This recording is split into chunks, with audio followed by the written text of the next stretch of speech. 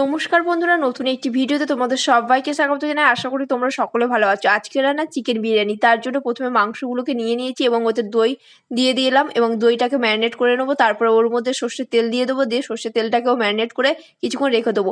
অপরদিকে বিরিয়ানির জন্য যে চালটা নিয়েছি ওটাকে আধ ঘন্টা জলে ভিজিয়ে রেখে দেবো। তারপর ওই চালটা গরম করতে বসিয়ে দেবো এবং চালটার জল গরম হয়ে গেলে ওর মধ্যে গোটা গরম মশলা দিয়ে দেবো এবং ভাত ফুটিয়ে এলে ওর মধ্যে হচ্ছে কি ঘিটা দিয়ে দেবো এবং লবণ দিয়ে দেবো। দিয়ে ভাতটাকে নামিয়ে ঝরঝরে করে নেব ফ্যানটা ঝেড়ে। তারপরে কড়াইতে আবারও তেল দিয়ে দেবো। তারপরে তেলের মধ্যে আলু দিয়ে দেবো, দিয়ে ওর মধ্যে লবণ দিয়ে দেবো, দিয়ে আলুটাকে ভালো করে লাল করে ভেজে নেব। আলু ভালো করে লাল করে ভাজা হয়ে গেলে ওটাকে অপর পাত্রে তুলে নেব, অন্য পাত্রে। তারপর কড়াইতে তেল দিয়ে দেবো, দিয়ে পেঁয়াজটাকে দিয়ে দেবো। পেঁয়াজটা কিছুক্ষণ ভেজে ওর মধ্যে লবণ দিয়ে দেবো, কারণ এটা বেরেস্তার জন্য পেঁয়াজ ভাজা হচ্ছে। তারপর লবণ দিয়ে পেঁয়াজটাকে ব্রাউন কালার মতন হয়ে এলে ভেজে নামিয়ে নেব। তারপর কড়াইতে আবারও তেল দিয়ে দেবো, দিয়ে পেঁয়াজটাকে ভালো করে ভেজে নেব। পেঁয়াজ ভালো করে ভাজা হয়ে গেলে ওর মধ্যে আদা রসুন বাটাটা দিয়ে দেবো। আদা রসুন বাটা দিয়ে ভালো করে কষিয়ে নেবো। তারপরে ওর মধ্যে লবণ দিয়ে দেবো, দিয়ে আবারও কষে নেবো। তার মধ্যে হলুদ গুঁড়ো দিয়ে দেবো, হলুদ গুঁড়োটাকেও কষে নেবো। তারপরে লঙ্কা গুঁড়ো দিয়ে দেবো পরিমাণ মতন, দিয়ে কষে নেব। তারপরে আদা রসুন বাটা জলটাকেও দিয়ে দেবো, দিয়ে কষে নেবো ভালো করে মশলাটাকে। তারপরে মশলার মধ্যে মাংসটাকে দিয়ে দেবো, ম্যারিনেট করা মাংসটাকে দিয়ে মাংসটাকেও ভালো করে কষতে থাকবো। না, মাংস থেকে কষতে টক দই দেওয়া আছে, ওই জন্য জল উঠবে। জলটাকে ভালো করে কষিয়ে নিতে হবে।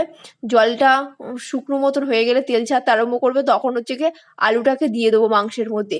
তারপরে ওর মধ্যে গোলাপ জল দিয়ে দেবো, তারপরে কেওড়া জল দিয়ে দেবো এবং মিঠা আতরটাকে দিয়ে দেবো, দিয়ে ভালো করে কষিয়ে নেবো কিছুক্ষণ।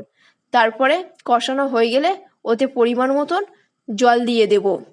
জল দিয়ে আবারও আলু মাংসটাকে ভালো করে নাড়াচাড়া করে নেব। নিয়ে কিছু সময়ের জন্য আলু মাংসটাকে সিদ্ধ করে নেব। তার জন্য কিছু সময় ধরে আলু মাংসটাকে ভালো করে ফুটিয়ে নেব। ভালো করে আলু মাংস ফুটানো হয়ে গেলে বা মাংস সিদ্ধ হয়েছে কিনা নেড়ে চেড়ে দেখে নেবো। তারপরে মাংসর তরকারিটা হয়ে এলে ওর মধ্যে গরম মশলা গুঁড়ো এবং বিরিয়ানি মশলা দিয়ে কিছুক্ষণ সামান্য কিছুক্ষণ ফুটিয়ে নামিয়ে নেব। নিলে বিরিয়ানির তরকারিটা রেডি হয়ে গেল। তারপরে অপর পাত্রে হাঁড়ি নেবো একটা, তার মধ্যে প্রথমে ঘি দেবো, দিয়ে ওর মধ্যে আলুগুলোকে নিচে সাজিয়ে দেবো। তারপরে মাংসগুলোকে দিয়ে দেবো, দিয়ে তারপরে ঝোলের যে গ্রেভিটা ওটা দিয়ে দেবো। দিয়ে তারপরে ওর মধ্যে ভাত দেবো, দিয়ে বিরিয়ানি মশলা দেবো, বেরেস্তা দেবো, মাংসের গ্রেভি দেবো, ঘি দেবো, গোলাপ জল দেবো, কেওড়া জল দেবো ও দুধ দেবো এবং মিঠা আতর দিয়ে দেবো।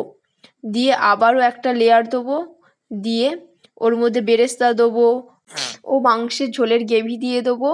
দিয়ে ওর মধ্যে গোলাপ জল দিয়ে দেবো, কেওড়া জল দিয়ে দেবো, বিরিয়ানি মশলা দিয়ে দেবো, ঘি দিয়ে দেবো এবং পরিমাণ মতো দুধ দিয়ে দেবো।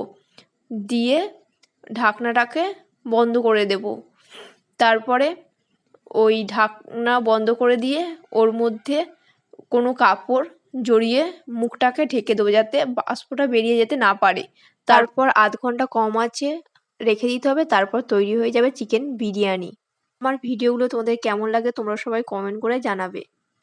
আমার ভিডিওগুলি যদি তোমাদের ভালো লাগে তাহলে লাইক, কমেন্ট, সাবস্ক্রাইব এবং শেয়ার করবে প্রত্যেকে।